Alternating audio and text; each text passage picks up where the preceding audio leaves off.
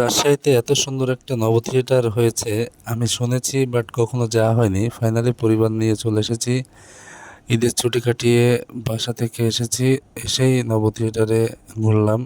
তো আসেন দেখি নব থিয়েটারের ভিতরে কী কী আমি দেখতে পেয়েছি। প্রথমে রোজ ঢুকেই ফুল চুরি করে নিয়ে দৌড়।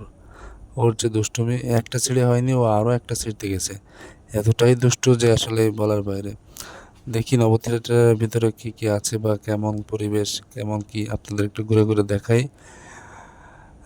আমি চলে এসেছি নব থিয়েটারের ভিতরে। আমি আমার পরিবার সহ যারা গেছিল আমার সাথে। রোজের দুষ্টুমি তো শেষ নাই। রোজকে ফাইনালে প্রথমে উঠালাম হচ্ছে আচ্ছা নামো। গরিলার পিঠে। উঠেও এতটাই ভয় পাচ্ছে যে ভয়ে নামার জন্য ব্যস্ত। আমি ওর পাশে ধরেছিলাম যাতে ও ভয় না পায়। যে আমি বুঝতে পারিনি যে এরকম চিৎকার করবে, যে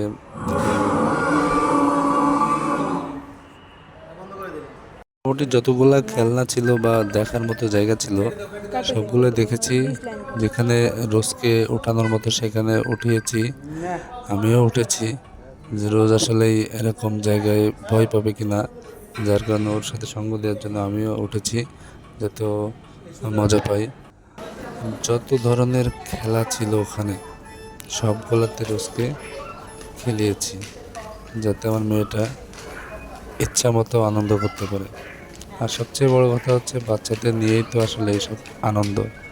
এই জন্য বাচ্চাদের নিয়ে মাঝে মাঝে বেড়াবেন। সুন্দর সুন্দর আসলে অনেক কিছু দেখলাম। অনেক রাত হয়ে গেছিলো, যার কারণে বেরোয় আসতে হয়েছিল। সব কিছু ঘুরে দেখা হয়নি, 2 তলা পর্যন্ত যেয়ে শেষ করেছি। এই পাশে একটা কী জানি ছিল, এটার নাম আমি ভুলে গেছি। রোজ এগুলাও খেলছিল। রোজের মোটামুটি শখ যেগুলা সবগুলাই পূরণ করা হয়েছে। আমরা আসলে এমন লেট হয়ে গেছিলো যেতে, যে আমাদের আসলে হাতে সময় কম ছিল, যার কারণে ঘুরে পুরো দেখা হয়নি। তা আমরা একটা শো দেখতে ঢুকলাম, যে আসলে দেখি এর ভিতর কী দেখায়। সবাইকে প্লাস্টিকের চশমা দিয়ে দিল, কিন্তু একটা জিনিস অনেক খারাপ লাগলো যে এত চেয়ার তোলে। চেয়ার ধরবো নাকি মুভির মতো কি দেখালো এটা দেখবো, এটা নিয়ে আসলে খারাপ লাগছিল। যে একটা ভূতের একটা শর্ট ফিল্ম দেখালো, মোটামুটি ভালোই লাগলো। তো আপনারা যারা যান নাই যে দেখতে পারেন, অনেক মজাই লাগবে আশা করি।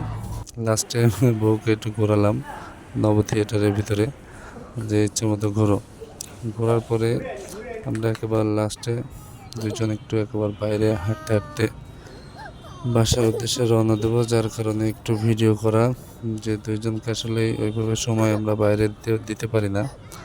দুইজনে কর্মব্যস্ততায় থাকি সব সময়, ওইভাবে আসলে সময় বের করা হয় না। ধন্যবাদ সবাইকে, ভালো থাকবেন, দেখা হবে।